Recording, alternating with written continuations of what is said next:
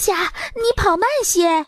如意他们已经走远了，明幽只好从高处跑，一直跑，看着如意的身影越来越近。如意！终于跑到城门的高墙上，如意回头瞧见高墙上的一身轻伤随风拂过，明媚的星眸里含着泪，嘴角却是带着笑的。殿下，殿下回去吧，奴婢过几日就回来看殿下。照顾了他10几年，这种复杂的感情连他自己都说不清楚是主仆还是亲人的感情了。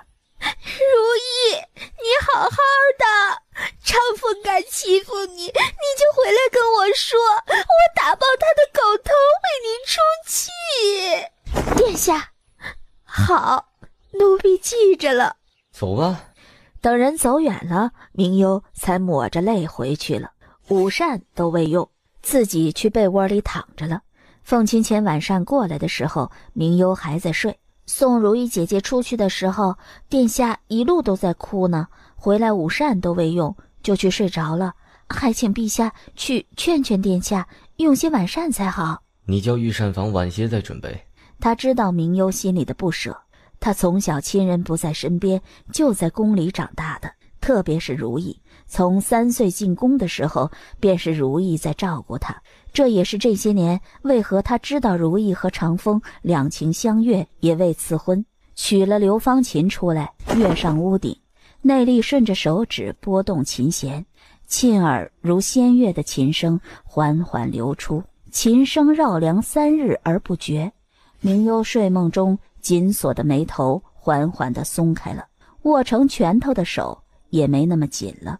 快到天黑时，琴声才停止。景寒宫里，这一切都是属于本宫的，琴是属于本宫的，陛下是属于本宫的，那皇后之位也该是本宫的。陛下怎么就看不到本宫的好啊？本宫比他差在哪里了？明幽收到凤皎月的来信，说他前不久生了一个儿子。明幽赶忙将之前早早准备好的东西托人送出宫去，眸子里带着灵动的笑意，想着那孩子什么时候能围着他叫小舅娘。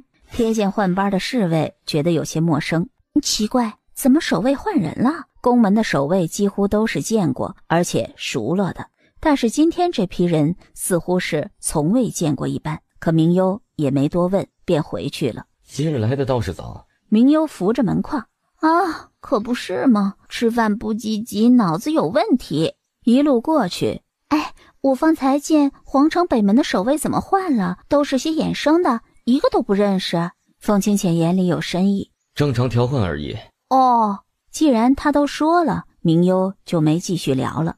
凤七七都不放在心上，那说明没什么事儿。下午些的时候，凤清浅又将长生和一队暗卫一起派出去执行任务了。看着发呆的明幽，你这愣着什么呢？太无聊了。那你去铺子里看看，朕瞧着你这1个月都不曾往铺子里跑了。你之前不是都不许我出去的吗？今天倒是转了性子了。你这唉声叹气的，朕都没法子批阅奏折了。小跑着就出去了，青色的裙裳随着步子浮动，跑得极快。那我就走了啊，明日再回来。好。明幽乐不可支，想不到今天这么幸福。凤清浅伫立在殿内，站了一会儿，才继续去做事了。刚出宫的明幽欢快的如放出笼子的小鸟，步伐都轻盈了许多，随意的转了一圈，瞧见自己身上的衣裙，觉得去铺子里有些不方便，于是打算转道去买2包糖炒栗子，回将军府换身男儿装再去的。SC 开，人人爱，不明白。明幽抱着瓷盒进去，他隐约想起来，他爹在临走前的几天，似乎是告诉他留了东西给他，只是当时年纪小，不懂得宝贝是什么，直觉告诉他，这该是很重要的东西。打开来，发现那是圣旨。他爹将圣旨藏着干什么？打开来一看，竟是一道空白的，只是上面盖着玉印和书写着日期，是他出生的那天。他突然明白了，为何当时凤九九要引诱阿鱼到自己身边？他们是在找这道空白的密纸。迅速地将锦囊打开，那是能调动御林军的龙鸣佩，当年不是说丢了吗？里面还有2张纸，打开是他爹留给他的书信。阿优吾儿，当你看到这封信的时候，爹许是已经走了，想你已是平安长大，到了知道自己要什么的时候了。当初你生红霞满天，有火凤临，加寒地视为吉兆，遂将你许给五皇子凤清浅。爹无比清楚，这不过是面向世人的说辞罢了，让你与五皇子的联姻不过有2：其一，安定天下，让奸邪小人无可从中挑拔机会；第2，笼络明家军和凤家，让我们真正意义上成为一家人。你是爹的掌心之宝，爹也舍不得这牢笼困你一生，因此与嘉禾帝有约，若有来日，不管是皇后还是王妃，若你不喜，可自行填写圣旨，留一退路。可爹觉得凤清浅虽清冷倔强，可会是你的良人，便将圣旨与龙凤斋封藏，等你日后长大再做考量。长路漫漫，望吾儿能坚毅果断，平安顺遂，与良人白头偕老。一边擦着泪，一边将书信看完，他总算是知道了他爹为何说等他长大就可以回家了。早在10几年前，或者该说他出生时，他爹便步步替他算好了一切。这别离，不忍却要别离。人手都给他撤了大半了，这宫里的内应也给他放好了，怎么还这么磨磨蹭蹭的？小顺子的眼皮疯狂抖动。约摸着一炷香，数百人就将长乐宫围住了。凤九心穿着银白色的铠甲，威风凛凛地站在宫门口。陛下，听说宫里有刺客，臣兄特意来救驾。看了小顺子一眼，继续包着龙眼。小顺子忍不住挺着腰杆走出去，他可不能给陛下丢脸喽，不然大王爷死不死的他不知道，他一定是会被陛下给打死了。大王爷，这天还未亮，陛下还在休息，不管什么刺客救驾的，还请大王爷早上再来吧，亦或者就将就着等等。这刺客入宫刻不容缓，若是有个3长2短的，这陛下如何是好？若陛下不出来，本王只好硬闯了。凤清浅缓缓走出来，要让大皇兄失望了，这刺客不知道是蠢还是如何，摸不到朕的寝宫来，朕好好的。凤清浅，少给我装模作样的，你今日不管如何是没命走了。我早就知了天罗地网，如今这宫里的侍卫大半是我的人，你的亲信也都被支出去了，我今天倒是要看看你有几条命，可真的是救命猫妖。朕有几条命朕不知道，可你如今只怕是这一条命都没了。凤清浅笑，似乎一切都在他算计里。哼，少废话，你若识得好歹，便自己立下退位诏书，我还能留你个全尸。你不觉得这一切都太顺了吗？空气戛然而止。凤九心沉默了一刻，他偷摸调换宫里的御林军1、2月有余，也没有一个过问的。至于今晚更是，那么大的动静，可几乎没人出来管一管。不管如何，我现在要你的命，易如反掌。你敢动他一下，看本宫不将你的狗头打爆！明幽拖着长剑，远远的在他们后面。哼，就凭你不自量力，今儿我就送你们这对苦命鸳鸯去见阎罗。冷面阎罗不就在你面前吗？你自己都见了，还急什么？这丫头怎么自己跑来了？本就是将她置身于世外，不有一丝危险的，可她倒是好，连夜闯进宫来。先把皇后拿下！本宫看谁敢！本宫有先帝调动御林军的龙鸣符，看谁敢动手！龙鸣符一出，周围的侍卫互相看了看，立刻就跪下了。原来这丫头拿了定亲信物来了，她一直以为这东西早就丢了，这下倒是不急了。废物！吩咐自己带进来的官兵，给他抓了！明幽将剑一横，上前的官兵看到常见，都停住了脚步。你们都是南幽的子孙，入伍为了是抵御外敌，守卫国家，保护疆土，不是让你们来跟着这些奸佞小人争权夺利的。特别是你顾虚妄，我爹提携你，教导你，就是为了让你在这皇城跟随掌权者，今日造反，明日扶持那个的吗？虽是凤九心的部下，可多年前南幽的军队都是明丽一个人统辖的，所以明丽在军中的威名可比圣旨好用。顾虚妄的剑更拔不出了。想起曾经明将军的教诲，王爷，属下是大王爷一手提拔起来的，可跟着大王爷造反，可若要属下动手杀明将军的千金，属下是万万做不到啊！废物，废物！那给本王杀了凤青简这个孽障！官兵还未动手，却乌泱泱地冲进数百人，将他们围住。长生站在屋顶上，陛下，是长风忍不住先冲进来的。言外之意便是真的不关自己的事儿啊。长风在后面大摇大摆地进来，再磨蹭，这宵夜都赶不上了啊！凤九心这才意识到，这根本是个圈套。卑鄙阴险！你认识他20几年，还不知道他阴险狡诈吗？凤九心，你若现在投降，朕可饶了你一命，贬为庶人。你做梦，做梦！让本王向你投降？这皇位原本就应该属于本王，你母后仗着身份压低了本王母妃一辈子，明明皇后之位该是本王母妃的，父皇最爱的女人是她，最先娶的也是她，可你母后呢？仗势硬生生地抢走了本王母妃的皇后之位。原本本王应该是嫡长皇子的，可这皇位属于本王，属于本王。身别离，不忍却要别离，托鸿雁南去。哼，愚蠢！你真以为先帝爱你母妃？他曾有那么多的机会娶你母妃过门为正妻，可他从还是皇子时便就一直不娶，这是为何？这后宫佳丽3000，他可曾专情于谁？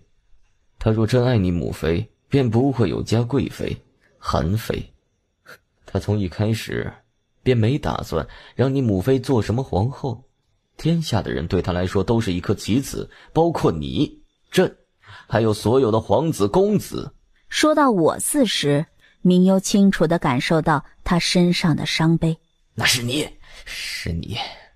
是你才不被父皇看好。凤九心用长剑指着他，他只不过是一个斗兽场的主谋，将我们看作雄狮，互相猜疑，互相刺探，互相厮杀。他若真在乎你，母妃唆使朝列推你为太子，他为何勃然大怒？为何他明明知道将军势力，却依旧让朕和皇后联姻，而不是你？他若有骨血亲情，便不会将这还未满16岁的二公主和亲家给一个60有余的小国国君，让二公主恨了他一辈子。凤清浅的话他不想同意，可内心深处却也无比的赞同。父皇从不多爱谁，除了他自己。明幽走过来凤清浅身旁，凤九九，放弃吧，出了皇城，安安稳稳地寻一方天地。不可能，本王生在皇家，便与权势生在一起，让本王放弃权势，还不如叫本王去死。凤清浅使了一个眼色，长风便拔剑而上。凤九心的侍卫聚在一起，包括顾虚妄。顾虚妄，你这是做什么？这些争权夺利得意的是掌控者，可受伤流血死的却是他们这些兵卒。抱歉，皇后娘娘，属下是大王爷的人，自然护着大王爷，属下不能让任何人伤害了你，可大王爷是属下的主子，属下自当拼死尽责。你疯了，这种人你也护着？他造反的时候也不见想着你们。身别离，不忍却要别离，托鸿雁南去，不知自。圣旨上被明幽写了大大的5个字：本宫是女帝，后面还跟着一行小字：全天下的人都要听凤七七的，可凤七七只能听我一个人的。本宫说什么就是什么，本宫说往东不许往西，本宫说吃糖葫芦不许说不给。好，朕遵旨，你说什么就是什么，只要你不想走，好好的留在朕身边，什么都好。明幽见他答应的顺快，好，那可就说定了。先帝的话你必须听的，不然就是不孝。明幽这个机灵鬼还知道拿先帝来压人。对于这心怀不轨的人来说，这先帝的空白圣旨便是他们争夺的最大利益。可对于明幽来说，这是他爹对他这个女儿的疼爱。逼宫的事情过了2日，后续的事情也落了下来。大王府依旧还是让凤九心的妻儿住着，许是念着顾虚望他们几个将领从前征战的苦。凤清前只是将他们罚去了边关驻守，无诏不得回朝。顾虚望听到声音，顾虚望回头。殿下。明幽翻身下马，听说你们要去边关了，我来送送你们。殿下，属下们多谢殿下为我们求情。我们知道殿下和陛下是看着明将军的面的，属下们对不起将军的教诲。你们都起来吧，或许边关才是将士的宿命。你们去了也好，回到你们该去的地方，以后远离这些明争暗斗。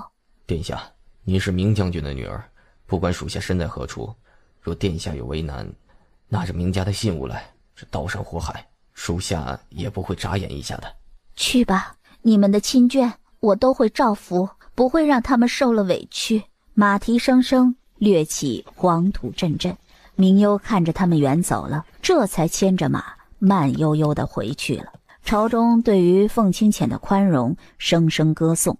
南幽王看着拍马屁的群臣，眼里数不尽的鄙视。这小子这招倒是高，借着此举将明心一举拿下。从前心有不服大王爷党的，如今也真心归顺，将大王爷党的势力一举收入，还顺带得了美名，尽显帝王仁慈。你胡说，我娘才不会死，我娘好好的活着。明幽也不知道从哪里生出一股力气，常年与凤七七等人为伍，还是知道一招办事的，险些抢过匕首来。令夫人见处于弱势，将明幽推翻过去。明幽力气用尽，暗暗咬牙，不行，这没人帮他，他可得咬牙坚持住了。他死了不要紧，可不能死在冒充他娘的坏人手上。令夫人虽不会武功，可力气不小，且明幽又中了软筋散，便很快处于下风了。匕首落下来的时候，明幽是用手接着的，眼角的泪滴了下去，剧烈的疼痛侵袭了一丝，狠狠地踢了他的小腿一脚。令夫人不防，倒的时候匕首飞了出去，踉跄着走过去，想将令夫人的匕首夺了去。明幽摇晃着过去时，他已经拿到了匕首，立刻迅速地爬起来扑向明幽。明幽见机行事，立刻从地上抓起一把干土来，洒向他的眼睛。明幽趁着这个机会按住他的手腕，可身上有软筋散，愣是没擒住令夫人。匕首立刻又刺下去，一划刺向明幽的肩膀，刹那染红了。借着疼痛的清醒，一把夺了过来。明幽将匕首利索地刺向令夫人，真的就刺伤了令夫人。令夫人立刻撕扯着他，企图将匕首拿回来，可用劲儿太大，一不小心将明幽推了出去。明幽往悬崖边坠去，立刻手疾眼快地拉住令夫人的手，吓得令夫人死死地拉住悬崖边露出的古树根。看着深不见底的悬崖，令夫人想将他挣脱。我就是下去，你也别想活着。你放手，放手，要死不要拉住我。明幽的视线有些模糊了。凤七七，再见。臭丫头，不要放手。循着光照的方向，把你遗忘，回忆这就成我倔强的模样。长风，我没力气了，你帮我，把我告诉凤七七。我不会转达的，这些肉麻的话，你还是留着自己当面说吧。若只是明幽，长风还能拉上来，可如今是挂着2个人。哼，你还想上去？做梦！我要你死，要你死！哈哈哈哈哈！拼命一甩，将明幽甩了下去。小皇后！啊哈哈哈哈哈哈！死了，死了！立刻将他扔了下去。小皇后，小皇后！凤清浅赶过来的时候，长风还趴在悬崖边叫。长生立刻将长风提起来，长风的左手被磨破了。哎呀，小皇后掉下去了，快去找人去下面找。凤清浅便冲了过去，长风死死地拉住他。陛下，陛下，不能意气用事，这悬崖虽高，可不至于死。我们快下去找，指不定还有希望。凤清浅眼眶血红，心疼得不能自已。哼，长风，去派人来找，找不到不许回去，连带着太医一起赶出来。若找到了，才能最及时的治疗。凤清浅转身也下山去了，他要用最短的时间，最快找到明幽。他答应过明将军的，要一辈子照顾他，让他安然无恙，平安喜乐的。阿尤，等着我。沈天爬上半山腰，伸手正要摘那朵，嘴角露出一丝微笑，只是抬头便瞧见一团青色的东西，便将它砸了下去。幸好这山地草木茂盛，枯草须多，不然得死翘翘。想动动腿，发现似乎是骨折了，转头看向那个比他还要倒霉的倒霉鬼，头磕伤了，血流了一脸。你们几个废物死哪儿去了？他的几个属下都在附近，来的倒是快。将军，你这是咋了？你们是瞎吗？看不出我从上面掉下来腿摔折了？将军，方才就说了，您还带绳子上去，飞着不停，还逞什么英雄？这下回去你肯定要被老将军骂死。我说你小子长进了啊，敢说我的不是了？我若不是遇到不明物的袭击，我能掉下来吗？什么不明物啊，我就是个人嘛。哎，怎么看着还是个姑娘呢？总不能见死不救吧？哎，你们几个把她背回去吧。哎，我听着咋没声了？是不是死了？你给我闭嘴啊！乌鸦嘴，这狗嘴里吐不出象牙。即便是死了，那也得找个地方安葬了吧？太好了，太好了，娘娘生了，是小公主还是皇子啊？恭喜娘娘，贺喜娘娘，是个小公主。梅妃的媚眼里闪过一丝失望。都是天意。小太监去长乐宫报喜，凤清浅头都未抬，等这孩子睁开了眼睛来再回秉真。等小太监一走，去将这个好消息找人送去南宣王府，就说是梅妃的意思。是。不知道凤清浅有何打算，可也不敢多问。明贵妃听见母女平安的时候，气得几乎是将桌子掀翻了。这就是你们办的好事！娘娘实在不好下手，3、4个产婆在呢，她连手都没搭上2次。太医又在门口，这孩子刚生完，他们就被打发出来了，还有脸说？是奴婢知罪，请娘娘勿气，不然气他伤身，伤了身子可不好。哼，这孩子活着，母女平安，凭什么我的孩子就要夭折？这作孽哪里有不长的？本宫岂能看着他们母女和乐？他们有什么资格活着？公主如何？他的还是皇子呢，也是他的公主，能比你的吗？还不过去盯着，想办法。是。虽是生产完了，可梅妃依旧事事小心谨慎啊。想必陛下近日忧愁，公主来的是时候。陛下还说等公主睁眼了就过来看公主呢。唉，公主什么时候能睁眼？公主就公主吧，反正是她最爱的人的。南宣王这些年一直无子嗣，想必看见了一定很恋爱。这天底下最有权势的2个人疼爱，这公主以后一定是心尖上的宝贝。明幽眨眨眼，爬起来坐着。坐起来的时候觉得全身都疼。沈天看着坐起来的明幽，呆呆的。喂，小傻子，你该不会是个哑巴吧？你才哑巴加傻子呢，你全家都傻，还知道怼人，那证明不傻。会说话也不是哑巴。你从哪里来的？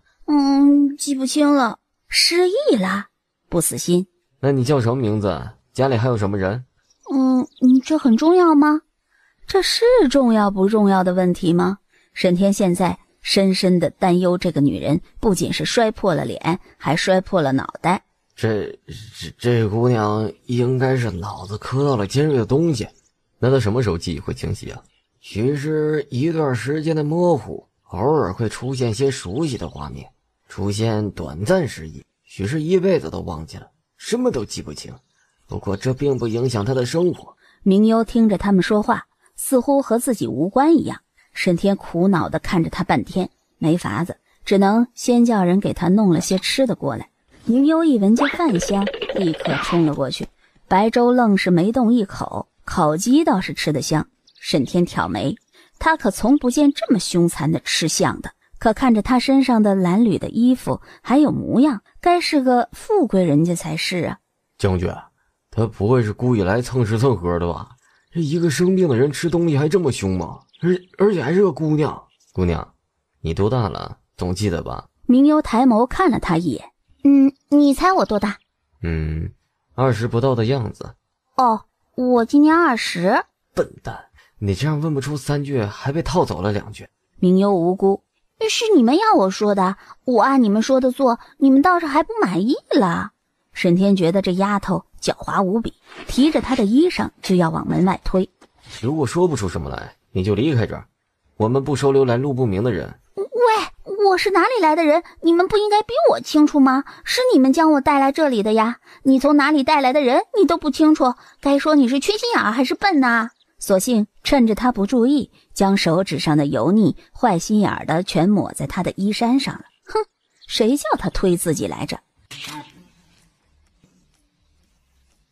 南宣王母家也就南宣王娘亲一个人蓝眸，可正是南宣王是蓝眸，如今这小丫头也是，这该不会是一种病吧？凤清浅不知什么时候过来，这是一种不稳定的遗传，南宣王母亲祖上便出现过这种情况，只是年代久远，又是寻常百姓，多次搬迁便无人知晓了。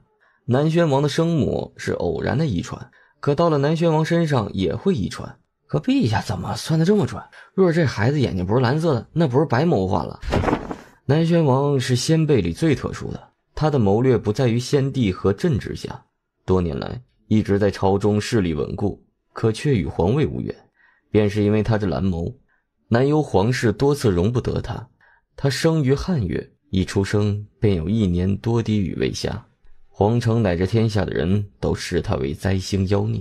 太上祖想要将妖孽处死，他的生母当年为了救他，不惜一路磕头到太庙，在汉月里求了一场大雨，他才得以活下来。他不会为着梅妃，可却会为了这孩子。伸手摸了摸这孩子细嫩的婴儿肌，若不成南宣王与梅妃的事，足可以让他顺利背上罪名。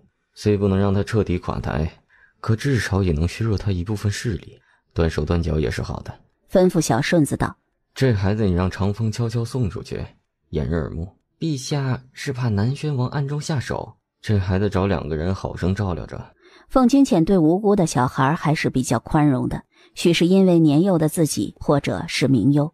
约莫傍晚的时候，小顺子前脚见篮子送出去，长风后脚将孩子藏在自己的黑色衣袍里，便出了皇宫，一路进了一座宅子里。只是轰的一声，巨响的时候伴随着火光四起。等到深夜，南宣王也不见有人回复。看来本王能算准他，他更加能算准本王了。不必等了，你召集旧部，明早上去早朝的时候，本王当众交出本王的兵权。王爷，这可是你辛苦守了这么多年的心血，本王又不能守一辈子，天意如此，便如此吧。他一辈子无儿无女，以为子嗣福分上浅薄，没想到会以如此的方式得到一个女儿。身别离，不忍却要别离，托鸿雁。臣请辞，上交兵权，府邸田产，请愿陵南。皇叔这是为何？群臣纷纷看着，觉得南宣王今日是不是吃错了药啊？居然会主动交出自己的小江山。陛下，臣身体每况愈下，不胜朝中琐事，听闻陵南山水俱佳，人杰地灵，臣执意请辞，请陛下恩准。既然如此，朕便准了，谢陛下。在群臣和自己的旧部面前交出了自己的兵符私物来。朝会一散，朝臣出去的时候都在议论纷纷。长风和长生一起接手了南宣王之前所统领的兵权。交完兵权之后，南宣王便去找小顺子，叫孩子接过来。王爷，陛下说了小郡主的名字还是留给您自己取个。您将郡主的名字告诉奴才，奴才回去呈给陛下，好上了族谱。南宣王眼里闪过一丝诧异，没想到凤清浅愿意接纳这个孩子。陛下说了，质子是无辜的，恩怨是上一代人的，陛下自己也是受过宫里的苦，既然他影响不到什么，就该留着他一条命。这是因为王爷顾大局识大体，陛下也不该赶尽杀绝。这孩子既然是蓝眸随着本王，那便叫凤兰。是，奴才这就回去交差，恭祝王爷一路顺风。陛下让奴才转告王爷，只要王爷淡泊名利，不问朝事，那南宣王府便会父慈女孝，夫妻平安顺遂，子孙满堂。若是安分守己，以后凤兰和南宣王妃都不会有什么事。若是敢有异动，那便是这孩子要受他连累了。南宣王没说话，抱着孩子转身走了。喂，还给我，不然我不客气了。哼，这是你撞人赔的，没银子自然要拿这个来抵。敬酒不吃吃罚酒，你若不将玉佩还给我，我就把这小子打成重伤。你这玉佩就留着给他买棺材吧。敢当街闹事，看来林大人最近管理的这皇城不太平啊！你干什么管我？你再不识相，我可不客气了。泼皮无赖的男子发现这人许是有武功，力气比他大上了好些。放开我儿子！小小年纪不学好，以后再让我发现你干这不正经的勾当，我就拧断你的胳膊。父子两人占不到便宜，灰溜溜的跑了。儒雅的公子走过来，姑娘，这玉佩是你的？那是公子的吗？不是。将玉佩收好，谢了，转身便循着烤牛肉的香气去了。儒雅的公子一笑，倒是也没介意，三两步跟上了。哼，哎，你看着不像是清凉城的人，你从哪里来的？谁说我不是本地的了？我只是鲜少出门了。你没听说过大家闺秀，大门不出二门不迈吗？你说这几句话，我便知道你不是本地人，而且不是女尊国的人。明幽不太理解，女尊王朝便没有这句大门不出二门不迈的大家闺秀的规矩。你要去哪儿啊？去吃烤牛肉。儒雅公子眼里闪过一丝金光。你知道这城里哪里的牛肉最好吃吗？可我能自己闻呢，干嘛问你？又不是狗，干嘛用鼻子闻呢？一路都没理会他，顺着烤牛肉的香气，明幽总算是找到了。进了酒楼里。哎呀，姑娘公子，两位吗？一位。那您也是一位？难不成你看着我像是半位？好，哎，那姑娘和另一位公子想是在1楼还是在2楼雅间？2楼吧，我想要靠窗的。好嘞，那公子也是2楼请吗？和他一起。小二皱眉，一脸雾水。两人该是闹了别扭的兄妹或者熟人，这才说话奇奇怪怪的。喂，你来和我一桌干什么？哼，我救了你的玉佩，你总该请我吃饭才是。你看你对我一点没有好脸色。你没听过无事献殷勤，非奸即盗吗？你明明是对我的玉佩好奇，可一路非要装作热心肠，怀有目的，还指望别人对你嬉皮笑脸。是吗？这都被你看出来了。随后自己倒了一杯茶。我叫黎素白，你呢？我叫沈姑娘。明幽可不想真告诉他自己的底细，随便胡诌了一个。这可不像是个正常姑娘的名字。怎么不像了？沈是正常的姓吧？黎素白点头。我是女子，名字怎么就叫不得姑娘啦？从未见过你这样的姑娘。等烤牛肉端了一盘子上来，明幽便开始大快朵颐，自顾自地吃着。你不会用筷子？谁说的？这不是正用着呢吗？我看猴子也比你用的灵活。能吃起菜就可以，拿筷子又不是要参加选美。黎素白也不敢开罪他，万一等会儿将自己撵下去怎么办？是。哎呀，明幽吃肉胃口极好，一大盘的烤牛肉被他吃得七七八八的。黎素白倒是没吃多少。解决完了牛肉，将银子付给小二，明幽便打算再转转，再寻摸些吃的便回去了。黎素白一路的跟着提钱。我们也算是朋友了，还不知道你是从哪儿来的呢？我都说了，我是沈府来的，沈天，你知道吧？就是沈傲老将军的孙子。对啊，反正他也是胡乱说的，在沈府他不过是个过客而已。你来沈府有多久了？李素白十分关心他的一切，你问这个干什么？还未等他再仔细问些，明幽便一溜烟跑了。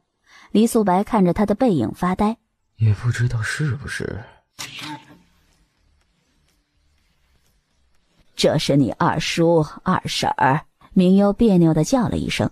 这是你二叔家与你二婶子的大姐李婉婉，这是你二叔家与林姨娘的二妹妹李媛媛，这是你二叔家与二婶子家的三弟弟李清。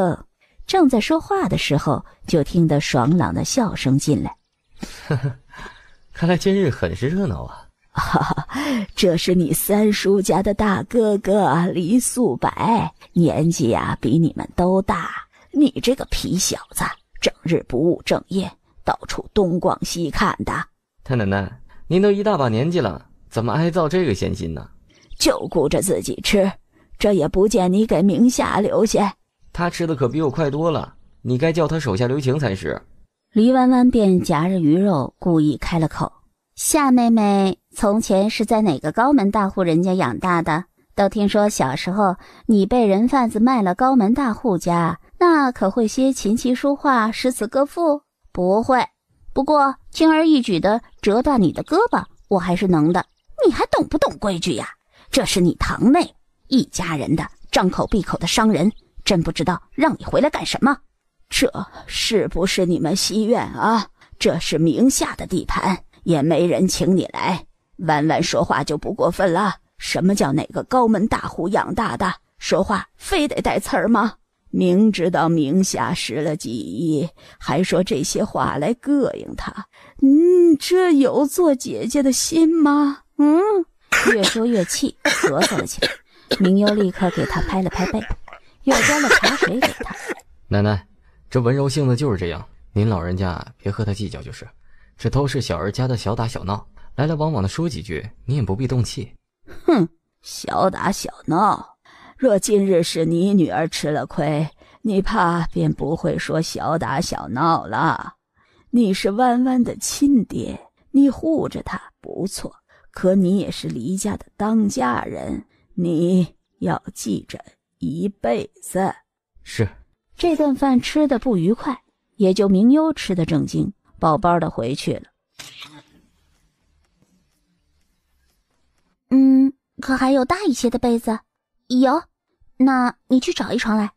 自己则是去柜子里翻东西了。小姐，你在找什么东西啊？有了，便要这个做个褥套子吧。小姐，这是给你留着做衣裳的，这料子极好，二房的2个小姐都没几件呢。很珍贵吗？这触感摸着倒是好，不过穿在身上和盖在身上都是用在我自己身上的，也没什么区别。明日便拿去裁剪吧。是，这才向太夫人回禀去。丫头可还习惯？好，还习惯。就是小姐嫌弃被褥硬，料子硌人，所以加了一床被子做垫子，让奴婢将太夫人给小姐的云锦缎子做了被套褥子。看来这丫头以前过得不算苦，至少是吃穿不愁的，只是不知是受了什么委屈，从那么高的悬崖摔下来。明幽睡得不是很舒服，许是因为床榻的关系，许是因为他梦里的东西出神。他所梦到的地方到底是在哪里？是他曾经住的地方，还是虚无缥缈的梦？一直坐到天亮，听到敲门的声音。小姐，起身了吗？你进来吧。那奴婢去给你端热水洗漱。太夫人说了，等小姐吃了早饭，便在东院里四处转转。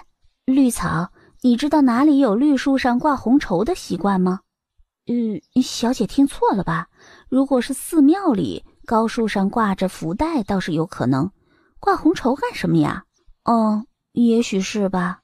小姐，你在东院转就好，你别去西院，也别理会二房的姐弟们，见了他们绕着走便是啊。还有二夫人，还有另外的2个姨娘，都是吃人不吐骨头的。特别是二姨娘，就是圆圆小姐的亲生母亲，刁钻刻薄，最爱欺负人了。就连二老爷和太夫人的关系，她也敢挑上一挑的。你绣这个是要送情郎吗？没有，你送什么鸳鸯啊？难不成你自己绣的其实是鸭子？只不过你没见过，所以绣成了鸳鸯。我就是随便绣绣。小姐要绣吗？明幽蹙眉，不用，我可没闲得无聊。怎么会无聊呢？以后小姐若是有喜欢的人，便可也送给他做定情信物了。哎，小姐，你有喜欢的人吗？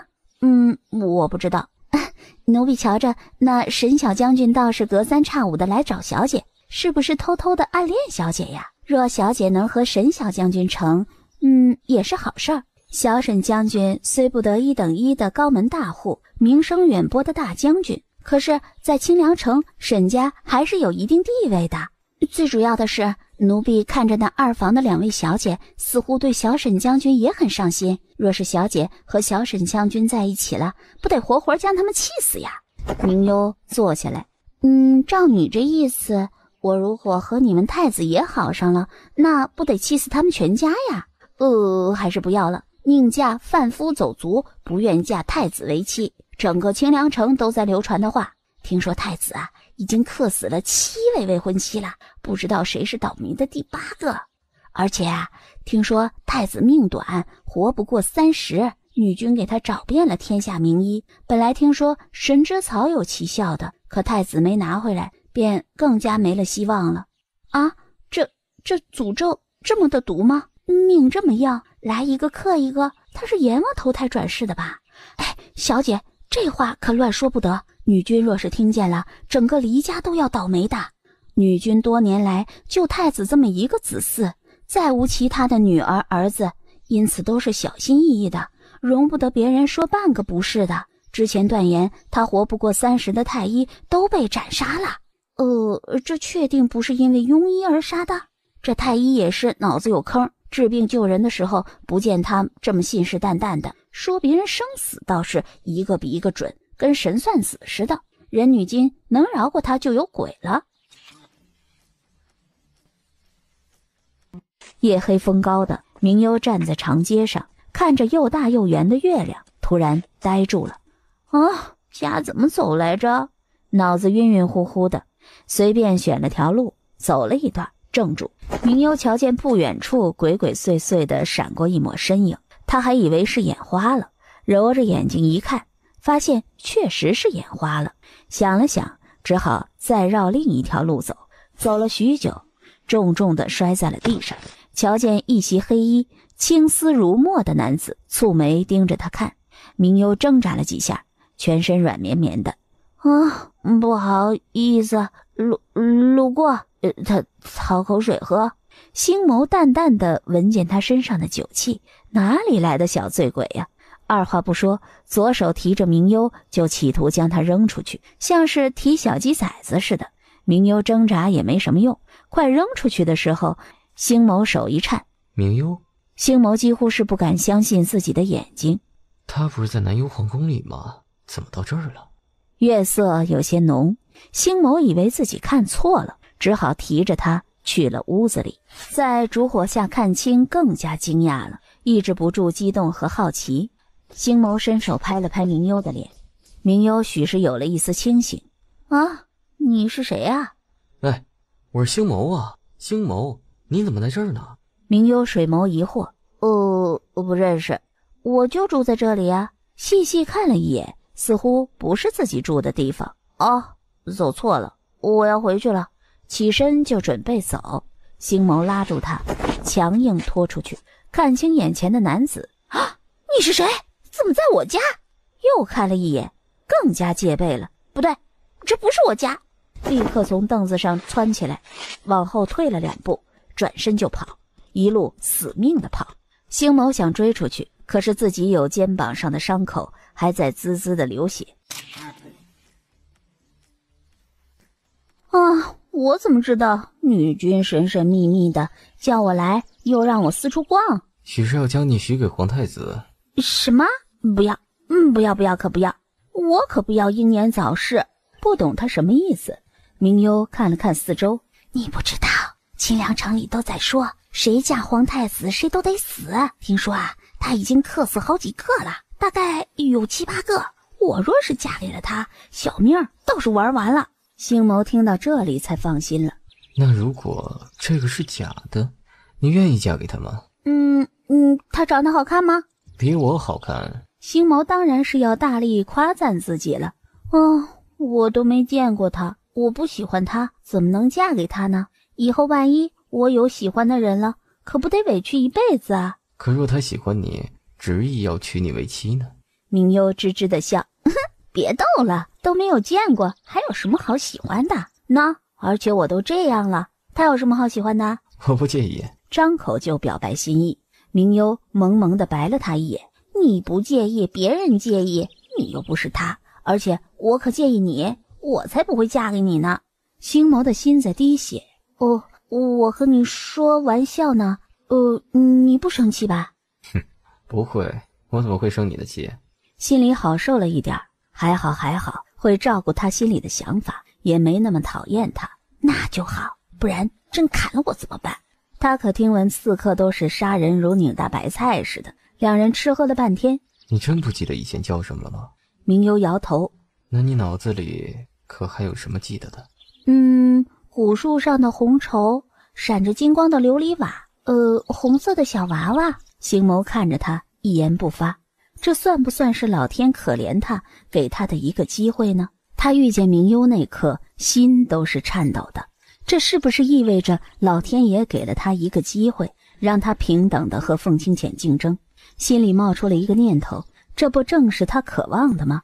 压抑着脸上的不自然，看了看天色，已到了傍晚。看来我要回去了，你也跑快点吧，不然被抓住了，可千万别供出我来，我可真的不认识你。我叫星谋。我又不是小白兔，人人都能欺负的。好，这样我就放心了。你跟着太奶奶来，带你去看些东西。奶奶，等以后吧，我这……隔日不如撞日，就今日吧。太夫人拉住了他，你跟着我走。明幽哒哒哒的被牵着走了，了一声。等到了太夫人的屋子里，停在墙中间挂着的一幅山水画间，按了画中溪水中的一块石头，便听得吱呀一声，后面的机关便开了。室内并不算大，不过有普通的一间屋子大小，可里面满满当当的塞着10几口箱子。这些是？随意的打开了一只，里面似乎都是些文玩字画。这些都是留给你的东西，我这一辈子嫁妆用在府里已过大半，剩下的便分成了几份，3份小的，2份大的。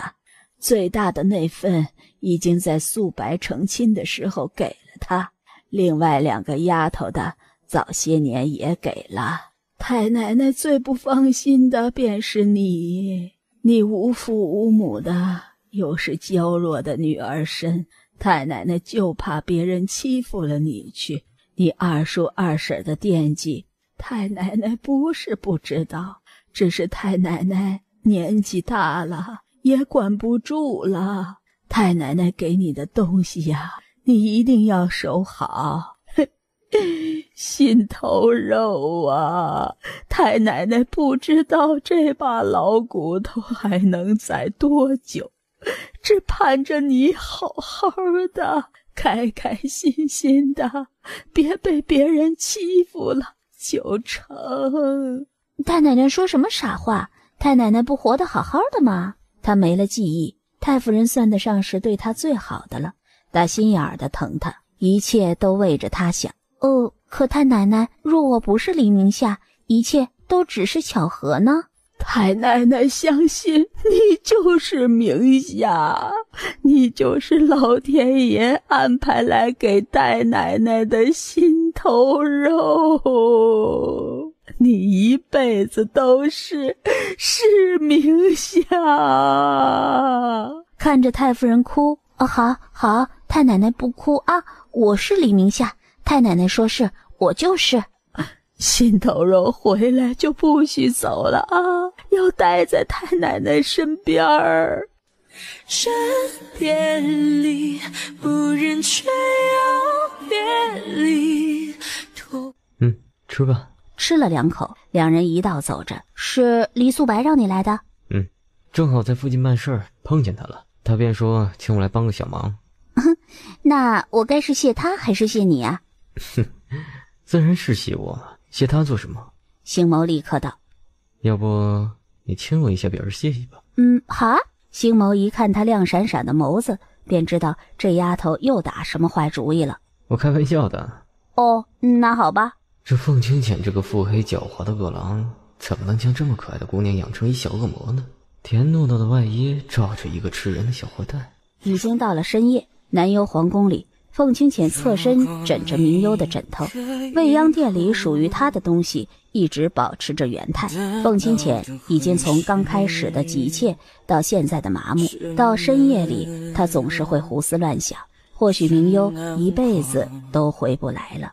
知道他许是还活着，可却不知道他在何方。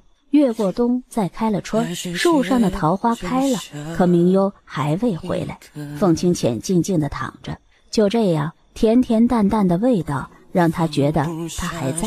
想起明幽刚进宫来的时候，一身迷你版鲜红的凤袍嫁衣，迷迷糊糊的从轿辇里窜出来，滚到自己面前，一声呜咽声打断了他的思绪。韩月不知什么时候窜到了榻边。你也想他了是不是？门口响起急促的敲门声来，是长风的声音。陛下，长生在外面命人送了一张纸回来，上面是有谁3生花的样式。凤清浅几乎是惊坐起来的，冲过去，门一开，一气呵成地抢过长风手里的纸张，看见上面的花纹时，手竟忍不住轻轻颤抖了起来。是你吗？轻轻抚着上面的花纹，言语已经有些哽咽，弥漫着淡淡的忧伤。这张纸是从一位书生手里买来的，书生说是一位商人赠送来的，长生亲自去寻了商人，说这是在女尊盘点货物时夹杂的账本里的，好像是清凉城一家送货的不小心放进去的。凤清浅大喜。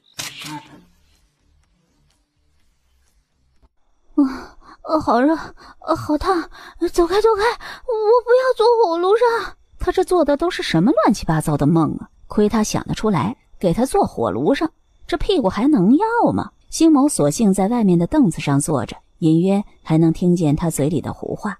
爹，你不要走，我不要一个人。他是在梦里梦见什么，还是想起什么来了？面对失忆的他，明明自己什么都知道，可却要装作记不得的样子，营造一场虚无缥缈的感情，哪怕是一场梦，短暂到片刻，他也愿意。太子，怎么办呢？小姐的热似乎还没退下来，这药也吃了小半天了。绿草看着明幽烧越发的厉害，星谋起身，不知道从哪里寻了些过来，转身又出去外面站着了。绿草不敢不听吩咐，只得将他衣裳宽了，用酒精细细地擦了一遍。星谋等绿草出去才进去的，明幽还在梦里说着梦话，伸手摸摸他的脸，迷迷糊糊地抓着他的手。你是谁？是谁？你希望我是谁？却依旧紧紧地抓着他的手不松。过了片刻，凤七七，我没娘了，我成了孤儿了。星谋背一僵，眼神无比惶恐。他想起来了，手不动，连呼吸都有些小心翼翼的，就这么僵坐了一夜。天刚亮的时候，明幽迷糊着睁开眼睛，本来想起身喝水的，可发现自己手里握着东西，低头一看，发现是手，是星谋。你怎么在这儿？星谋迷糊中醒过来。你没事吧？我哪有什么事儿？你怎么了？奇奇怪怪的。你知道我叫什么吗？星谋。那你呢？你叫什么？喂，你刚不是傻了，还是你也失忆了？我当然是黎明夏呀。听到这3个字，星谋眼里的紧张才松了下来，艰难地爬起来。啊，星谋，你什么时候变成瘸子了？昨天夜里该不是蛇将你咬瘸了吧？还不是昨天夜里你死活拉着我不放手，一直嘀嘀咕咕的。要不是你，我手脚能麻成这样的吗？星毛，你等等我！凤清浅戴着面罩，听到微弱的声音，猛地回头，发现来往的都是陌生人。公子怎么了？你刚才有没有听到熟悉的声音？好像是在叫星谋。公子，你又出现幻觉了。凤清浅与明幽擦肩而过，星谋已经骑着马在路口处等着了。还担心你跟丢了？我们走吧。明幽翻身上马，两人一路出了城外。凤清浅和长风则是选了一间客栈落脚。哎，这位小二哥，劳烦问你一句啊，你在城里可见过这位姑娘？哟，这近几日倒没有，至于更早之前，那我便不记得了。这来往客人太多了，大多都是歇1-2日的，即便见了，我恐怕也认不出了。哦，那没事了，你先下去吧。便去找凤清浅了。他知道依着陛下的性子，肯定是等不了，哪怕漫无目的的找也会去的。果不其然，出门的时候，凤清浅已经站在对面了。长风跟着，自从小皇后丢了，凤清浅更加沉默寡言了。长风更是压抑的要命，就像随时怀抱着一颗炸药。凤清浅在长街上，只要是打扮看着像，身材有些像的，便都会积极的上前去看。没多大功夫就抓错3-4个姑娘了。长风心里很难过，他也觉得这个办法无疑是大海捞针。公子，这样找下去也便是办法，咱必须尽量低调点儿，引起人注意了，万一咱们还没找到他，怀有心怀不轨之人对他下手了，那岂不是将他置于危险之中啊？长风，你说我该怎么办？长风沉默，陛下都不知道他能有什么办法。凤清浅的心里更苦。咱不是有从商人打听来的画吗？先追着画去查人从哪儿来的呗，那便是有了线索，顺藤摸瓜总是错不了。仅仅是因为一句怕有心怀不轨的人提前一步下手，他让小丫头已经吃了太多的苦，不能再让她冒一丝丝的险。只要她活得好好的，他宁愿再受些相思之苦，再多花上些时日去找到她，哪怕是几月、几年、几十年都好。长风一路跟着他，漫无目的地走着，不知他要干什么，也不敢问。不知道走了多久，他的腿都有些酸了。欲望与绝望之争，欲望大家喜欢过吗？临走呢，还随手关了灯。注重这就不得就放任。山花浪漫，明幽看着大片大片的花束跑了过去。哇，好多的桃花呀！可猛地嗅了一口，看着漫步走过来的星谋，这不是桃花。樱花，这就是你的樱桃的果树。哇，我都没见过，可跟桃花确实很像。清凉城的樱花很多，很常见，漫山遍野满枝头，你喜欢吗？那和桃花相比呢？都喜欢，只要是好看的我都喜欢。其实星谋很想问，和南幽的桃花比，你会喜欢清凉的樱花吗？若喜欢，可不可以一辈子留在这里？可张口却说不出来。万一他不喜欢呢？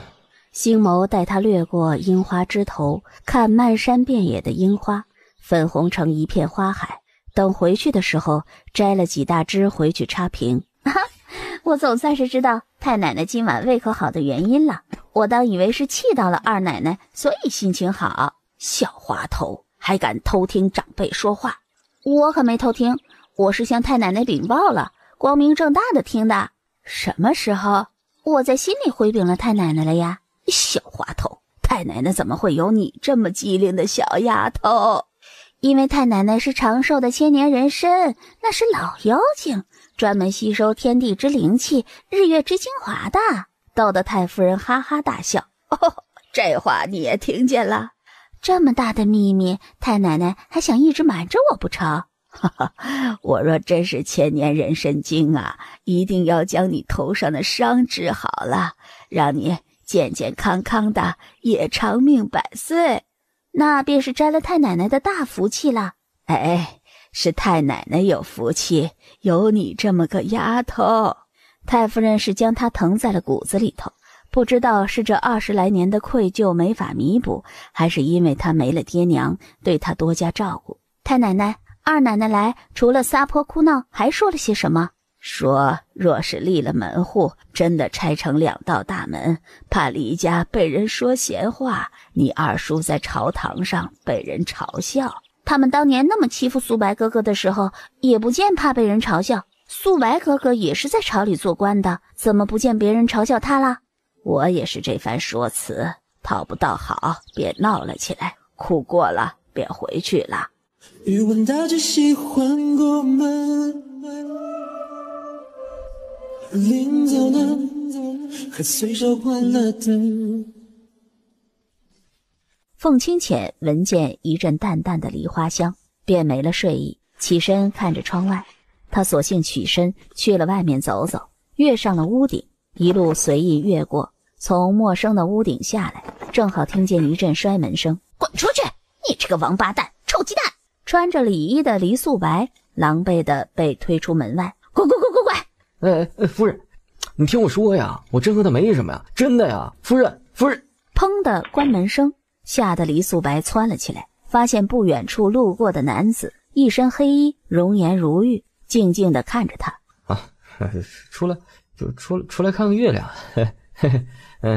凤清浅并未说话，径直走了。黎素白敲了2声门。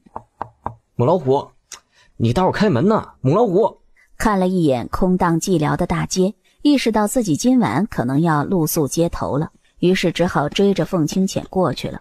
兄弟，兄弟，等一等。凤清浅转身，一脸莫名其妙地看着他。我家里有些变故，还请这位兄弟暂借10两银呢。我这也好找个地方住啊，凑合一晚上。似乎怕凤清浅不信。我叫黎素白，就住刚才那家。公子方便透露名字的话，我明日一定10倍偿还。你自己不会回去啊？这门锁了，也没人敢给我开门呢。我这样还能走去亲戚朋友家不成？黎素白为难。凤清浅看了他一眼，翻墙过去，我过不去啊。黎素白更加为难。凤清浅看了一眼他的狼狈，二话不说，突然过去将他提着跃上了屋顶。你要干什么？少废话，闭嘴，不然将你丢下去。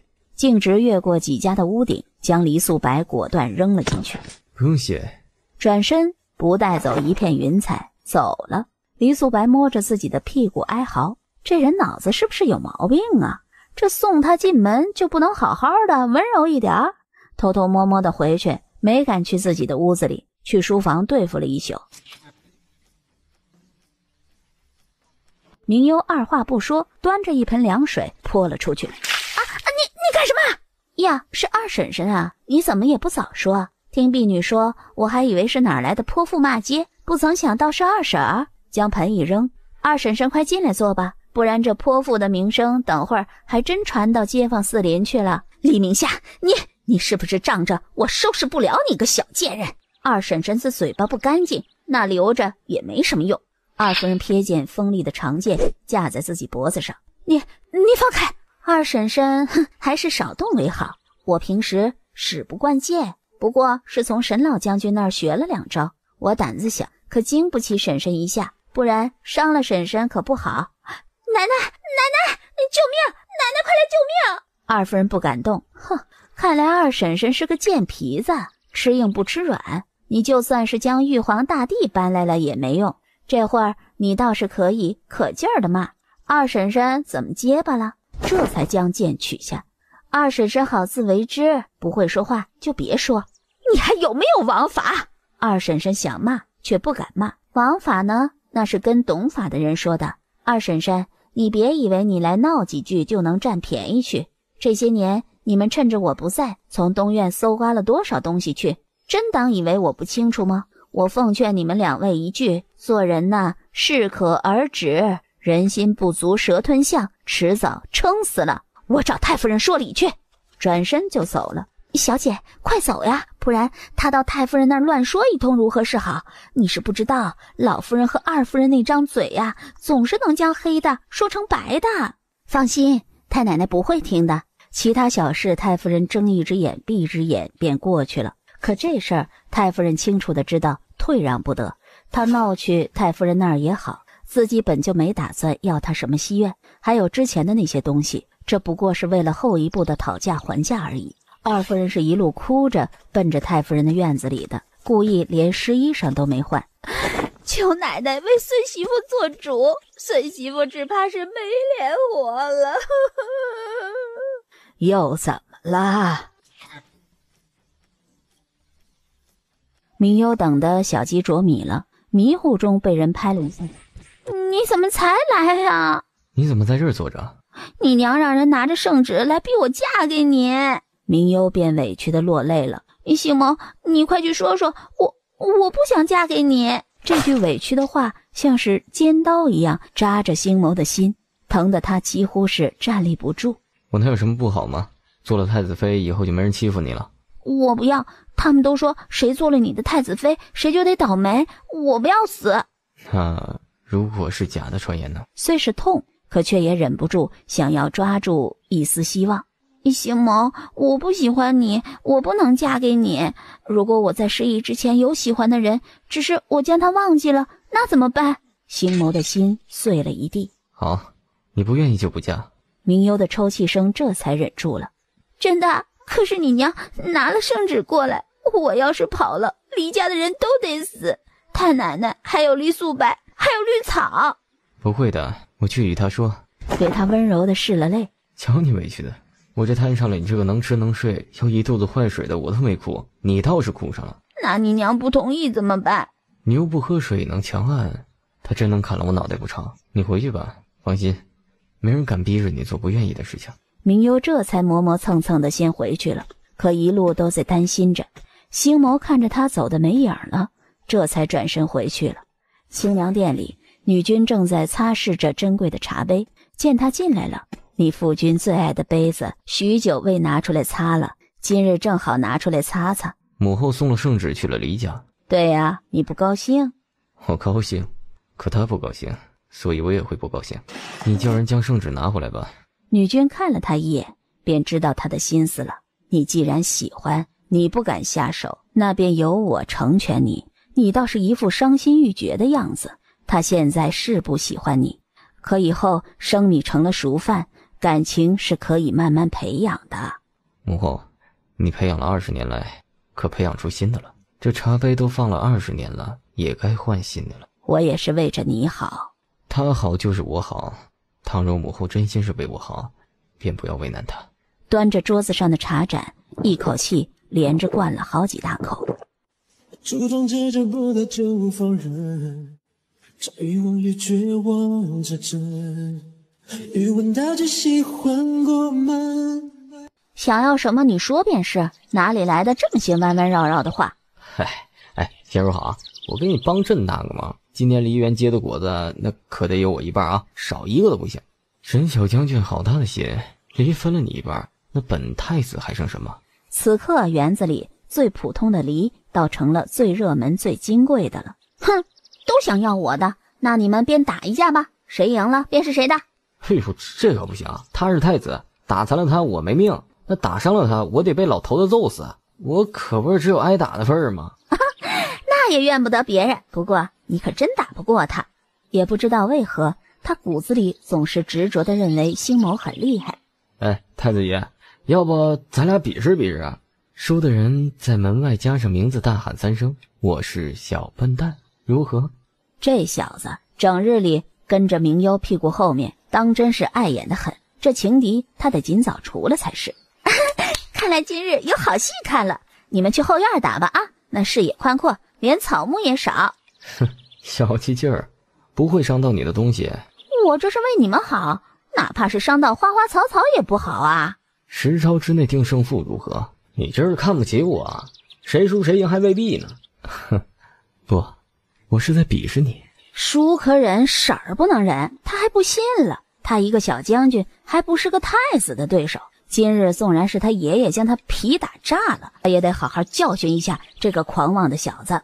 明优给他们数着招数：1招、2招、3招、4招。李弯弯和李媛媛刚进来的时候，便看见两人同时落地。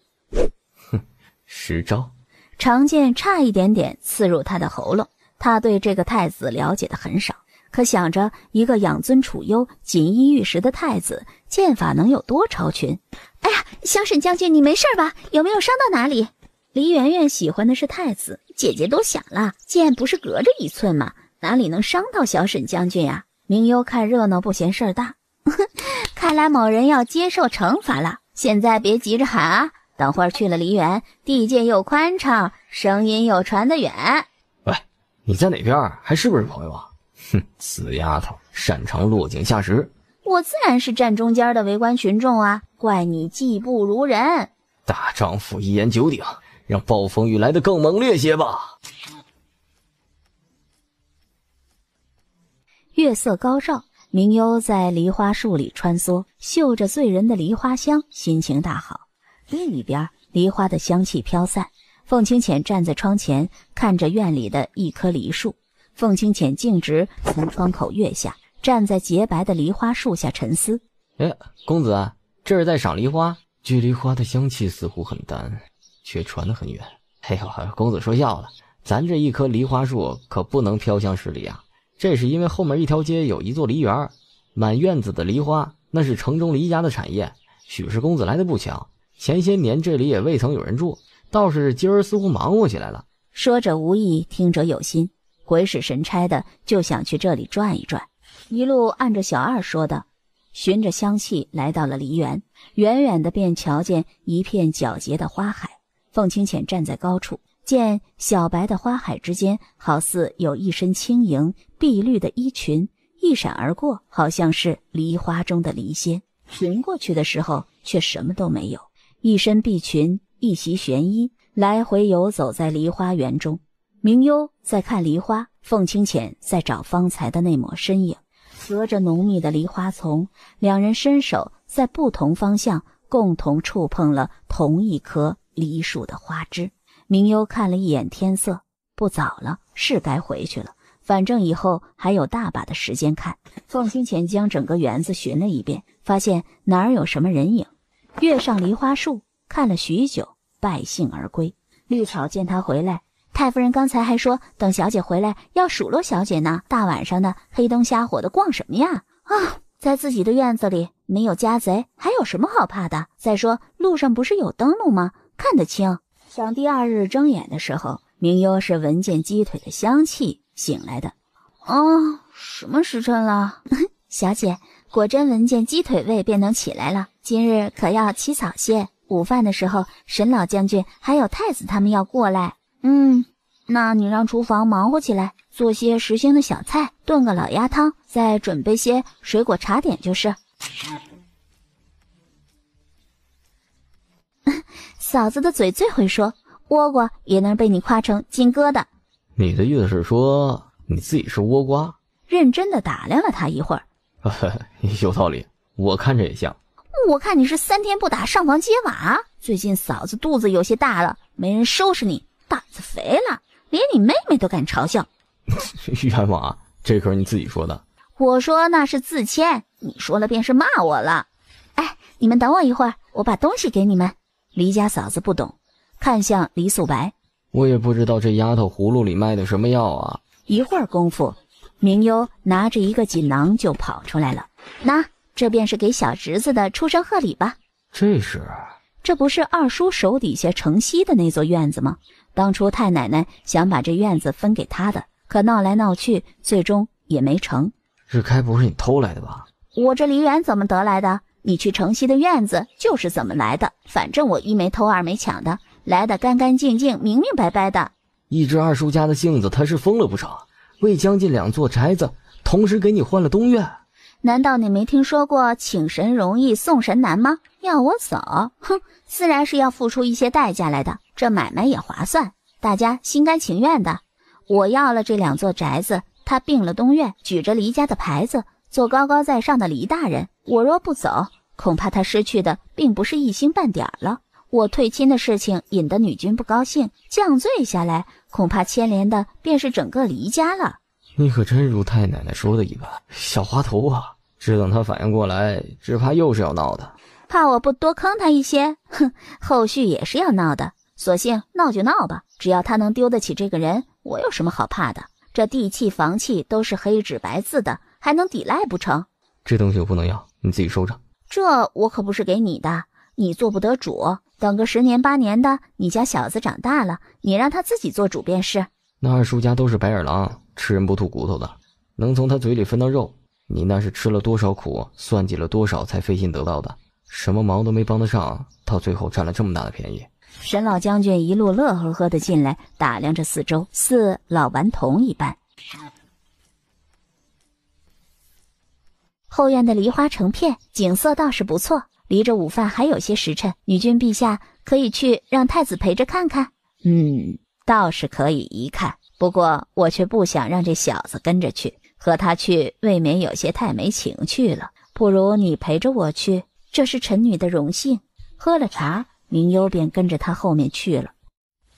希望你真的不要介意我自己出的主意才好。星谋他是真心喜欢你的，我从不知道他看一个姑娘的眼神里能带着神采飞扬，处处宠溺。我希望你能不计前嫌，给他一个机会。我有挚爱的人，我也希望我的儿子能像我一样。明幽眉头动了动，是星谋不好吗？不，星谋很好，可他也不知道为什么对星谋的喜欢不像是男女之情，更像是一种老朋友的喜欢。孩子，你考虑考虑，在这清凉城里，星谋是和你最匹配的人了。他心里有个声音在呐喊，他等的那个人不是星谋，虽然是谁他还说不上来，可不会是他。之前下过圣旨，女君也算见识到了他的倔脾气，不比自家儿子差，女君也不好多做压迫了。母后，该用午膳了。两人的谈话戛然而止，女君自觉走上前去，想将独处的机会留给两人。星谋也是担心，索性就等女君走远了些。我母后没为难你吧？乱七八糟的聊了会儿，没什么。你放心，只要我在，没有人会为难你，逼着你做你不愿意的事情。真的？明幽微微的歪着头。那昨晚吃晚饭的时候，是谁硬生生的抢了我的鸡腿的？星谋便装作没听见的样子。什么？风太大，我听不清。我们回去吃饭吧。突然窜了过来，星谋比他更快，转身就跑远了。明幽捡起地上的石头土块，就扔向星谋。卑鄙无耻！满目的白梨花浅浅地传出星谋明亮清扬的笑声来。等明幽追出去的时候，这个臭家伙倒是跑得快。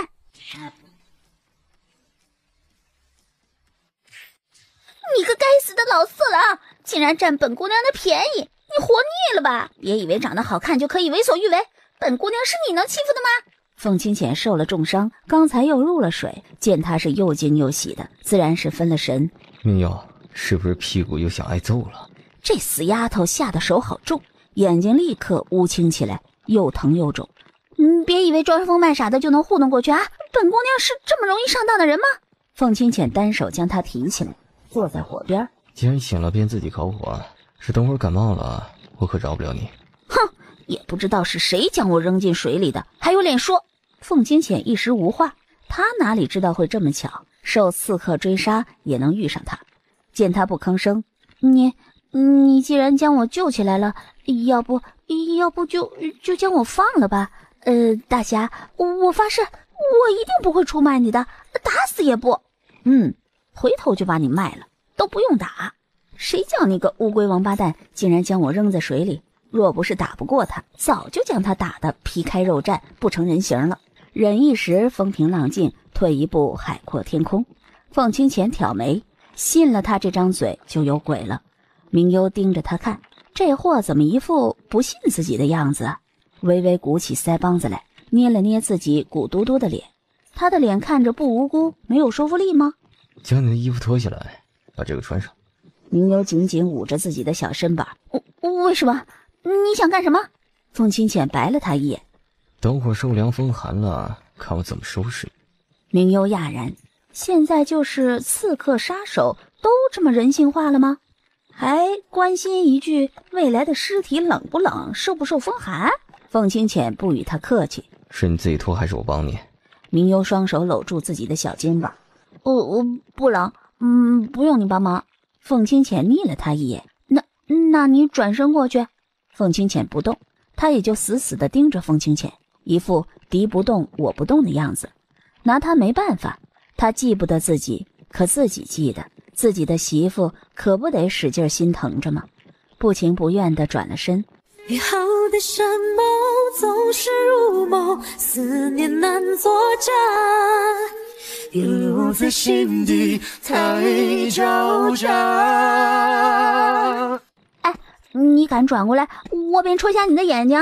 可又一想，自己打不过他，戳不瞎你的，我就自戳。等他换了衣服出来的时候，凤清浅听到脚步声才转头过来。明幽知道自己跑不了，只得老老实实的坐着，闻见淡淡的血腥。啊，我受伤了吗？出血了。凤清浅淡淡的看了他一眼。那是我身上的血。明幽一听，立刻定了下来。哼，巴不得他多流些血，最好流血而亡。凤清浅只要一看他的眉眼儿，便知道他心里在想什么。收起你那些小心思，我死了你也活不了。从腰里掏出一个小玉瓶来，摸了一颗药就往他嘴里塞。明幽的舌头只是尝到淡淡的甜味儿，脑子还来不及想，便咕叽一声咽了下去。这什么东西啊？甜甜的。毒药。你好歹毒的心思。凤清浅微微一笑。无毒不丈夫罢了，这下看你还敢不敢诅咒我。刚才我便与你说了，我死了你也活不了，你最好还是安分老实些，不然我真的对你不客气。明幽总算是明白了，为何临死还要拉个垫背的。还没见过你这么缺德的，对我这么一个弱女子下手。天底下的女人都死绝了啊？明幽不是很明白他的意思。何时轮到你自称弱女子了？明幽恨恨地皱眉，却拿他没有半点办法。这恐怕是天底下最讨厌的人了。凤清浅贪婪地看着他，寻了半年，却在不经意的时候遇见了他。或许便是上天安排的缘分，红尘俗世兜兜转转，遇见别离皆是缘分。明幽被他看得心慌慌，这该不会是个变态神经病吧？或者他一直在看自己脑门上这个丑陋的大疤？你这脸上的伤如何来的？不小心磕石头上磕的。凤清浅听着心疼。过来，让我摸摸。明幽扭捏了半天，终于是过去了。这杀手果真是个变态神经病，竟然喜欢摸别人的伤疤。摸着这丑陋的伤疤很有快感吗？他可真是倒霉，好不容易出门一趟，这也能遇上送命的事情。这变态不会觉得他疤好玩，然后将他磕得满脸是疤吧？凤清浅小心翼翼地伸手碰了碰，是他不好，让他受了这么多的苦。可以了吧？我脖子好酸。肚子里一肚子的话，千言万语，可都被脑子压制住。许久开口道：你在这儿叫什么名字？曾经10几年的结发夫妻，如今竟然不认识他了。老天爷可真会捉弄人。你什么意思啊？我叫黎明夏，就住在这清凉城里，我家世代都是清白人家，也没有什么仇敌。哼，那谁给你起的名字这么难听？明幽似一头炸了毛的小狮子。你是个变态杀人狂，我爹娘给我取的名字，招你惹你了？真是是可忍孰不能忍，孰能忍婶儿都不能忍。你占我便宜就算了，如今还想给我改名字，难不成你还要做我祖宗啊？哼，不敢不敢，我就随口一说而已。那你又叫什么名字？我就不信你有多好听。我叫凤七七。这名字这么女气，听着倒像是个姑娘的名字。哎，谁给你起的这么个名字啊？和你有什么深仇大恨，这么缺德？那便得问给我起名字的女人了，不如你以后问问她。给你取名字的人一定是个小心眼外加大笨蛋，起这么白痴的名字，看来脑子也不太灵光。某人这一顿自我批评，可是没给自己留半点面子。凤清浅留下了一副很赞同的模样。到了下半夜，明幽困得打呵欠，却一直不敢睡觉。你趴在草窝上睡会儿，天亮了我叫你起来便是。我不困，根本压制不住打呵欠，这真的是太痛苦了。若不是中了迷烟，凤清浅也不至于落了下风。没拆穿他，躺在稻草边上睡着了。明幽立刻欢呼雀跃起来，只等他睡熟了，自己悄悄地跑了。凤清浅似乎是他肚子里的蛔虫，哎呦，你若是敢跑，没了解药便要穿肠烂肚而死。其实给他吃的不过是颗温补的药而已。这半年来受了打击，加上各种事情，身子大不如从前。这丫头向来怕死，这最是管用不过的。折腾了大半夜，凤清浅身上有伤，且迷药的效果还未全部散去，所以便睡得沉了些。屋顶上的瓦片咔嚓动了一下，该不是星谋这家伙回来了吧？静静地听了一会儿，只是路过的小野猫吧。片刻之后，似乎又听到窗子被开的声音，一定是有不安好心的人混了进来。等了老半天，明幽实在没心情等了，掀开被子，瞧见软榻前站着一抹黑色的身影，二话不说，举着簪子就刺向他。凤清浅抬手，轻而易举地捏住他的簪子，明幽簪子便脱手而出了。这可不是用来杀人的。明幽顺势一脚踢了出去，岂料凤清浅再次灵活躲开，大掌捏住明幽的脚，将他推到了自己的面前。你想投怀送抱？索性将头往下一磕，狠狠地磕在他脑门上。凤清浅没想到他会想出这么个同归于尽的好办法，明幽便更可怜了，捂着额头，眼泪巴巴的哀嚎。这个死变态练的是铁头功吧？放手我看。瞧见他红肿的额头，心疼不已。你看那不自量力的好事儿。你大半夜的闯人家闺房，还理直气壮了？这天才刚黑不久，算不得什么大半夜。明幽以为他是来杀自己的。你别过来，我就砸死你！奶凶奶凶的瞪着他。我实在不行就撞死我自己。哼，你干脆买块豆腐算了。什么意思啊？一头撞死在豆腐上，古话说得好。你却拿他没办法。你给我下毒了，还打算来捅我一刀？明幽恨他恨得牙痒痒，可奈何打不过他，更加不敢叫人进来。院里的都是些三脚猫或者是没有武功的女眷。我可没说要你的命，女孩子家的，不要张口闭口打打杀杀多不好啊。那不是你逼着我吃的毒药吗？还是硬塞进去的那种？凤之浅摸了摸他的脑袋。瞧你可怜巴巴的，我倒是愿意给你个机会。什么？我现在出门在外不方便，就缺粗使的婢女，听说愿意？凤清浅腹黑，想借着这个机会将他拴在自己身旁，好拐回南幽去。依着他现在失忆，根本记不得什么，不知什么时候才能寻回了记忆。愿意。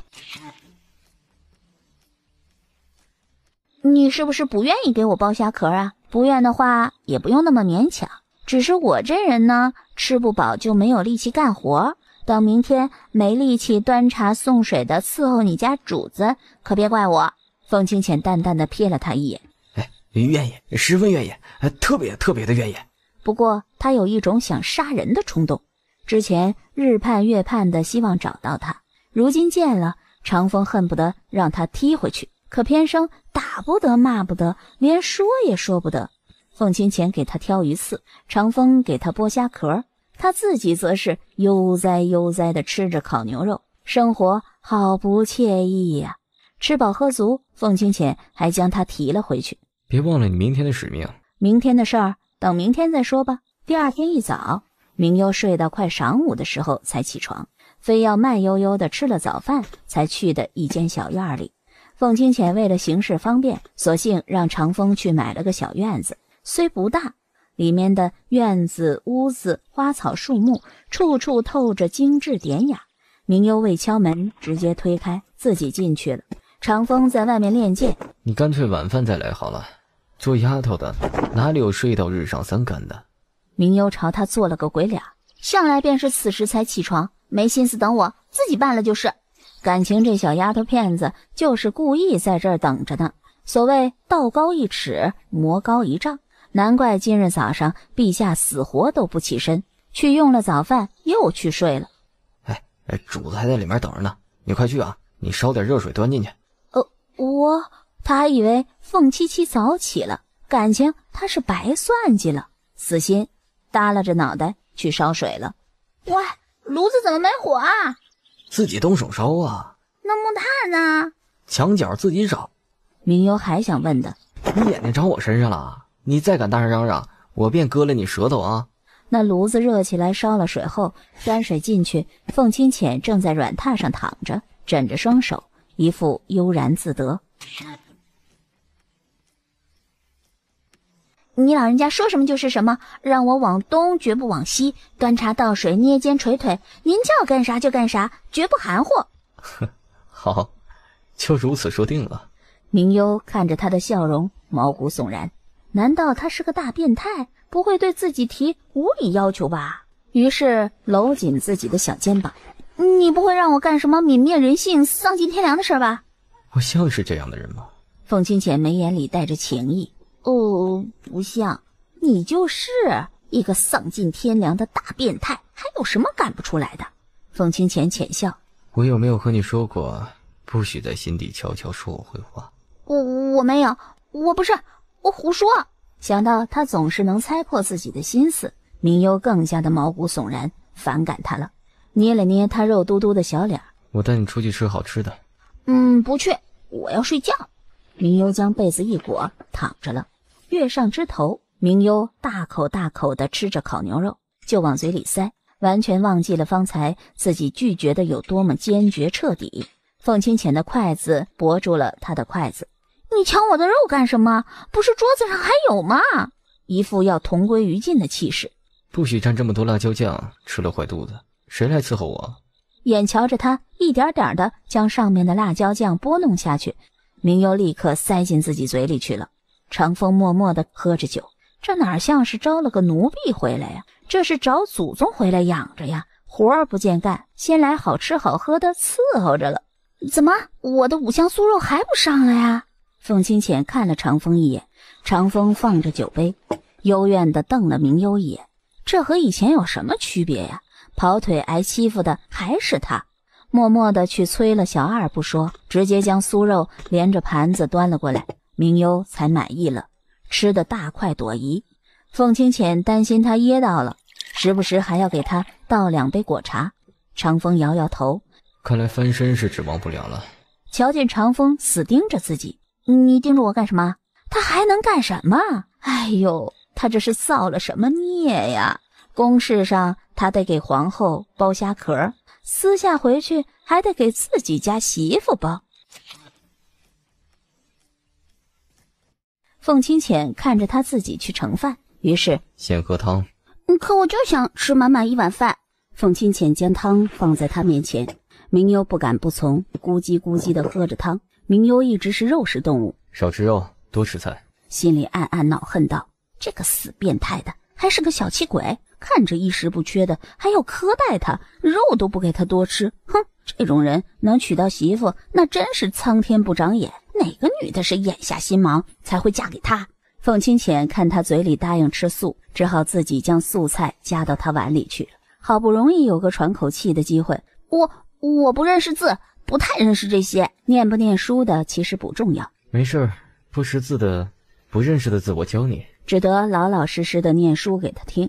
书生进京赶考3年未归，鸿鹄便日日在树下等，望穿秋水也未等回书生。这狐狸傻得很，等他3年做什么？书生都早已与别人成了亲，指不定娃都会打酱油了。凤清浅淡淡的看了他一眼。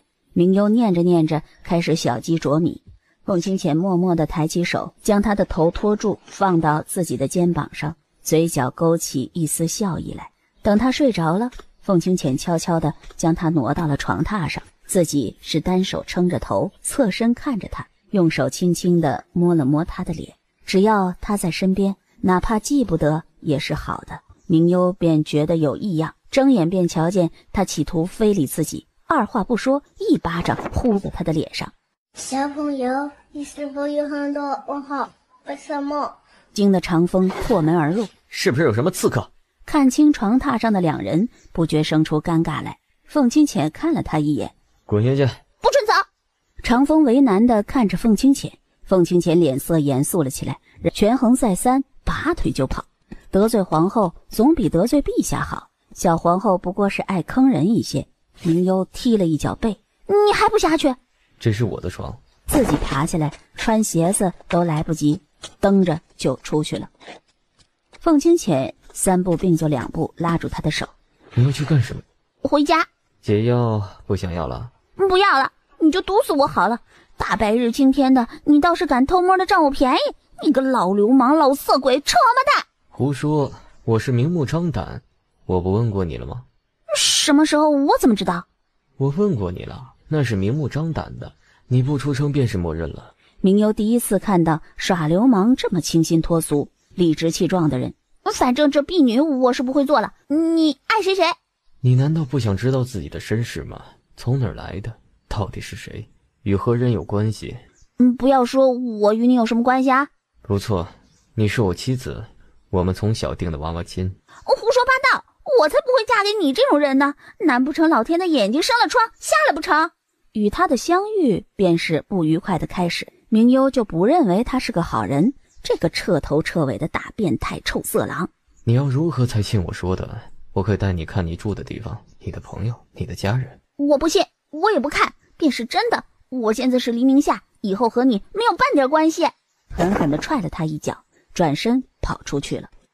跑出去了很远，明优才气喘吁吁地停住了，谨慎地向后看了一眼，道：还好这个大变态没追来。凤清浅并未追出去，只是站在院子里，脸色十分难看。能释然吧，哪怕拱手送走他，推开门重逢再相拥吗？明优坐在床榻上，抱着双脚。天底下怎么会有这种大变态，居然三番两次想占我的便宜，若不是发现的早，哼！脸颊鼓嘟嘟的像只小青蛙。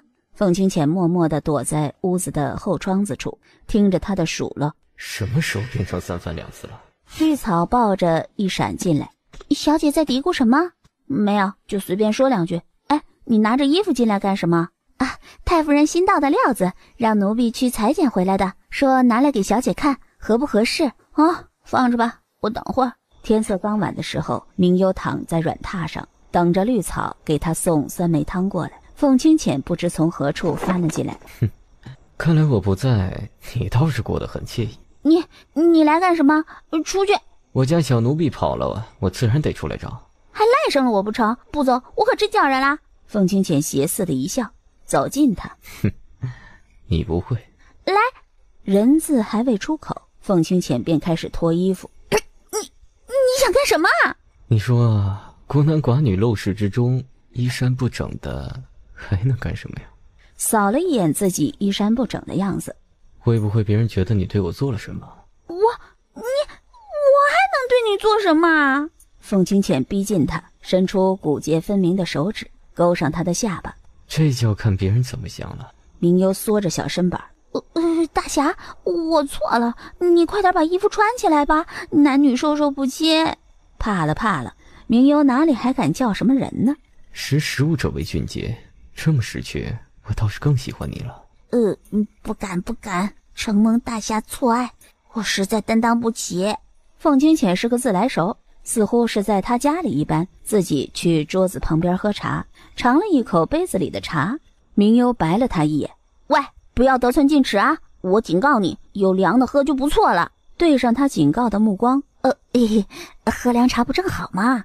妈字还未出口，可瞧见凤清浅的目光，脑袋如霜打了500次的茄子。你想喝什么？你老人家尽管吩咐，我给你换就是。公子与黎明夏也认识啊，这是我的新找的跟班。凤清浅还真的认认真真的点了点头。什么？公子居然去做了你的跟班？你是不是有什么难言之隐，或者有什么把柄抓在他手里啊？你是不是喜欢他啊？你胡说些什么？要不我把他许给你？好啊，真的吗？嘿嘿，自然是假的。伸手就要掌掴他，凤清浅一把按住他的手，动他一下试试。轻轻一使劲儿，我的手！以后你再敢动他一下，卸你整个胳膊。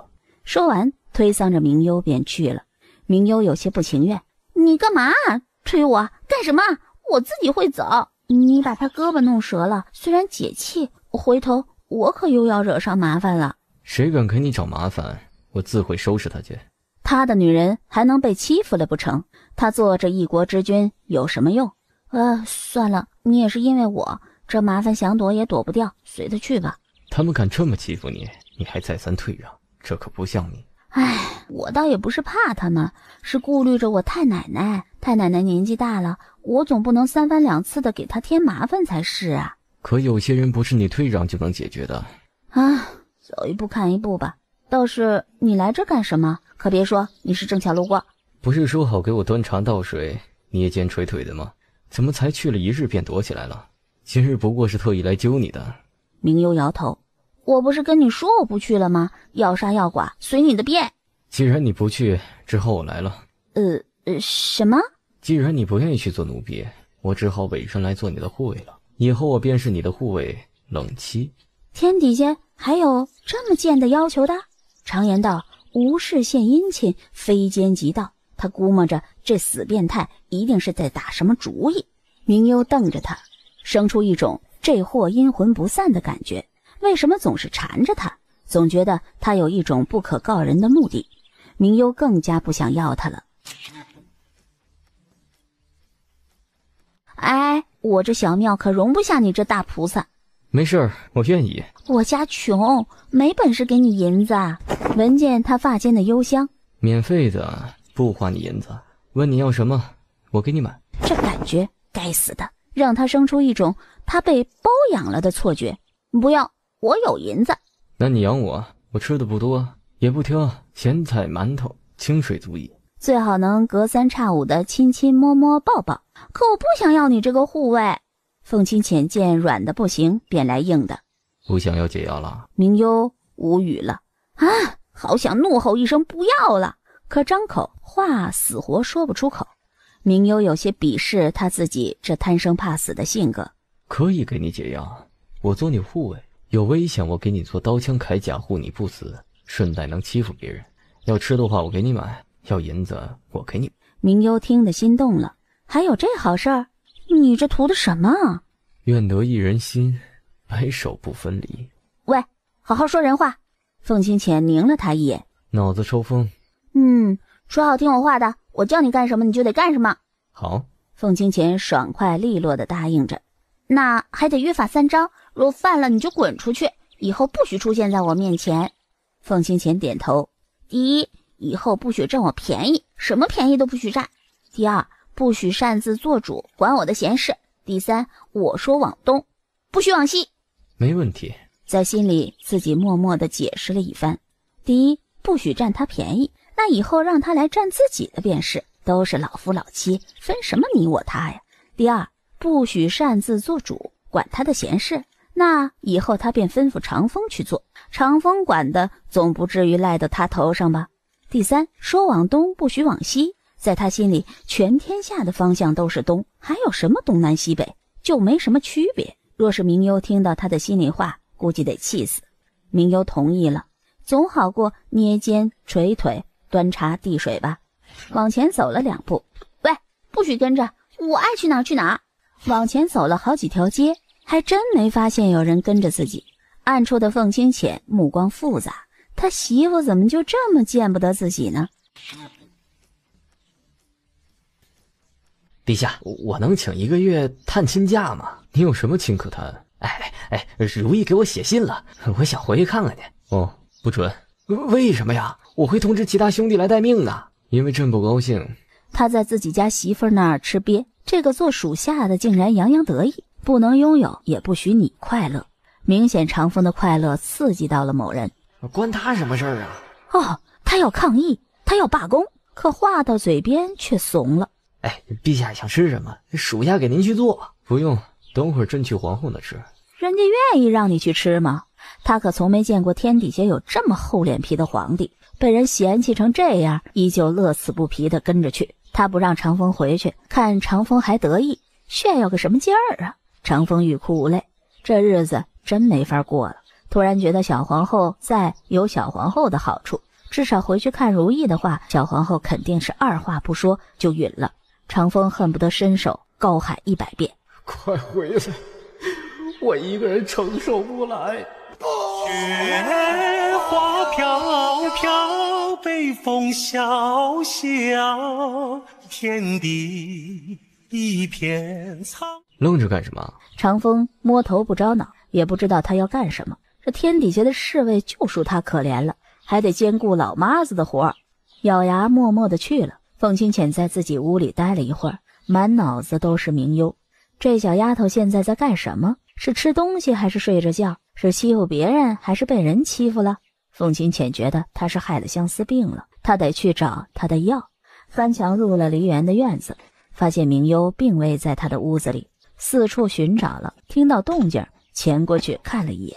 这事儿是如何也怪不到明夏头上，虽然这是小事，可你也太偏着这丫头了。若不是她一味地纵容着手下，能将弯弯伤成这个样子吗？那你问问她做了什么好事？我们就是和明夏闹着玩呢，就想猜猜她胆子大不大。我真想伤害她，就不会带素寒来了。你真当我是老眼昏花瞎了不成？我出去时，素寒手里还拿着棍子，那棍子难不成是用来挠痒痒的？这小皇后从小便是个调皮捣蛋的主，图画圣旨，给朕的奏折上画个王八，被人挂树上了，也是小皇帝给他解救下来的，闯了祸也是小皇帝护着。凤清浅极力夸赞自己对他有多好，将自己当时如何揍他屁股，如何收拾他，一律给抹杀了。明幽听得累，索性跑去床榻上躺着听他说。凤清浅见他躺着，厚脸皮的凑了过来。你干什么？过来继续给你说故事。你去那边坐，我能听见。距离太远，费嗓。哦，那你坐这地上。明幽也不客气，凉，容易生病。明幽伸脚一脚便将他给踹了下去。少废话，约法三章呢？凤清浅怕被撵走，只好老实了，坐在地上给他说故事。哼，天底下的皇帝做成他这般委屈的倒是头一个。明幽乐得心花怒放，做别人的主子和丫鬟就是不一样。等明幽回去的时候，凤清浅一路跟着。好了，你回去吧。你想卸磨杀驴？我跟你说了半天的故事，嗓子都哑了。所以不是想让你好好休息吗？怕你累着了。我不累，为了更好的保护你，我决定以后贴身保护你了。你去哪里我便去哪里，一步不落。明幽听到这话，这还赖上他不成了？我这不方便，而且梨园安全得很，实在不用。心里恨不得添出100个主意来拒绝他。你院子这么大，我为你掏心掏肺的说故事，你就是这样报答我的？算了，还是让你做我的小奴婢好了。长风已经攒了好几天的衣服和碗筷没洗了。不用，我院子虽然小，可是还是能腾出一间来的。即便是我没住的，也不能委屈了你呀。这么大的院子，只要我能做主的，你想住哪间就住哪间。凤清浅心里悄悄的道：我想和你住一间。碍于场面，识相的住嘴了。他要适可而止，见好就收。现在小丫头防备他跟防贼似的，辛苦努力了这么久，还不是为所欲为的时候。喂，你干什么？既然你不愿意带我选屋子，我只好随便选你这间了。你住了我住什么？你如果不介意，你可以和我住一间。明幽气得翻白眼，恨不得冲过去咬死他。好，我跟你去，逛遍整个院子都可以。他可要离这个老色狼远些才是。若你不愿，也无需勉强。我愿意。他能怎么着啊？选了半天，凤清浅都不满意。喂，你是不是故意的，冷七？虽然凤清浅说他可以叫他的小名凤七七，可明幽不愿意，这样显得他们似乎很亲密。我有点要求怎么了？第一天整日晒不到阳光，霉味又大；第二间屋子过窄，手脚都伸缩不开来；第三间离着你距离过远，保护不到你的安全。那你想要什么地方？那你想要何处？你隔壁。我隔壁没有屋子了。那你左边那间我看着便不错。凤清浅似乎早已看透，盘算好了。做你的春秋大梦吧。左边的屋子里放的都是我的东西，那都是货真价实的宝贝，贵重的很，可不能挪去别处。凤清浅傲讲，莫不成比他还贵重？只得随便选了一间，不为别的，好不容易接近了明幽，可不能出了岔子。之前便得罪了他，若再和他家人撕破脸了，那追妻路似乎要更漫长了。所谓是大丈夫能屈能伸，眼前他也只得忍一忍。明幽带了凤清浅回来，特意去太夫人院子里打了招呼。多张嘴也不是活不了，他武功好，能护你周全，跟着也好。太奶奶也不用担心你被人暗算了去了。谢谢太奶奶。家世可还清白，不会有什么德行败坏吧？太奶奶放心吧，他家就他一个人，年少闯荡江湖，四海为家，武功不错，这些年一直浪迹天涯，品性虽算不上圣人，可也不是坏人。明幽没敢将自己与凤清浅的相遇抖了出来，若让太奶奶知道这个人是刺客，还是个将他扔进河里为了毒药的变态，还敢让他待着不成？指不定如何拼命呢。凤清浅在院子里给明幽用木雕刻兔子，明幽则是在屋子里躺着。星谋提着东西进来的时候，瞧见那身白衣，脚步愣住了，以为是自己看错了，确实是那抹他最不愿意看到的身影。难道他想起来了？他要怎么面对明幽？下意识的就转身要走。凤清浅在梨园待了好几日，此刻看到星谋，巴不得他滚远些才好。冷七，我的兔子你雕刻好了吗？明幽伸着懒腰出来，就瞧见星谋的身影。星谋，你回来啦！星谋手足无措的转身，对上他欣喜的目光。哎，你给我带了什么好吃的？都是些你爱吃的。明幽很自觉的接过，星谋跟着进去。他是谁？新找的护卫。哪里的人？企图第一时间掌握老情敌的状态。不知道，算是不打不相识，去城外偶然遇见的。他还误会我也是敌人，将我扔到水里了。这不是上天给他的好机会吗？他是知道明幽究竟有多记仇的，那小气性子基本是达到了最高境界了。那你还要他？索性将他赶出去。一个来历不明还伤害过你，留着也不安全。若你真要护卫，我给你找，要多少有多少，要什么要求尽管提。将情敌尽快赶出去才是。凤清浅不知道什么时候就站在门口。你那群废物能是我的对手？这孙子拐骗了自己的媳妇不说，还企图挑拨他们夫妻俩这脆弱的感情。不知道哪里来的野人，都将我们名下扔水里了，还留着干什么？他偏要哪壶不开提哪壶。果真，明幽一听又回想起了自己被他毫不留情地扔在冰冷的河水里。瞧见他眸子，凤清浅便知道明幽眼里是在想些什么了。故事还听不听了？要完还要不要了？我走了，谁给你雕兔子？他能说揍谁就揍谁的吗？别的不说，但是解药这一条就死死地捏住了明幽的7寸。我还是让他待着吧。想让他走，没门儿。即便是想不起来，他也会找法子让他心甘情愿地爱上他，跟着他回南幽。他可得看着这个小子，想拐骗他媳妇，指不定已经心里想出多少花招来了。所谓是防患于未然。约好的山盟总是如梦，思念难作假，留在心底太交杂，在时代的争中像当初的回。你还不起来？凤清浅无动于衷，炙热的双眼看着他。明幽踹不动他，也拿他没办法，索性死猪不怕开水烫，生气的抢过药来，一口气儿吃了。好了，滚下去！伸手揽住他的肩。哎呦，别拒绝我啊！你别这样叫我，我是黎明夏，不是你的什么阿优。你是我妻子，你不是什么黎明夏，不是，你是明幽，故事里的明幽。你放开我，放开！不管我是谁，都不用你碰我。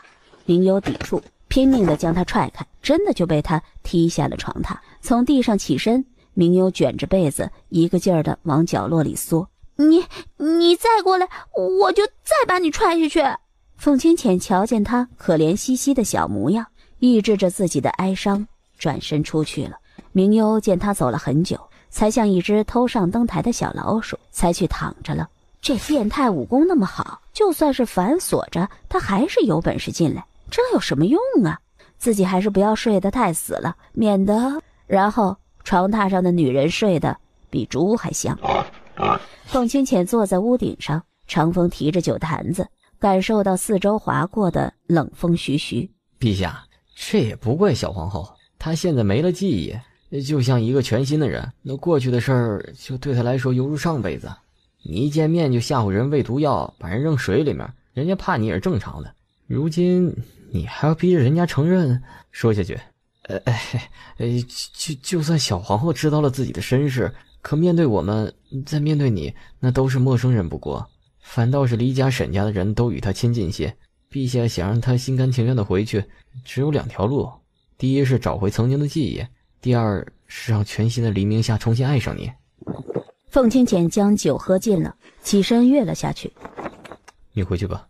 长风揉了揉鼻子，他害怕说错了什么，被惹得一顿揍。陛下舍不得对小皇后动手，却可舍得对自己动手了。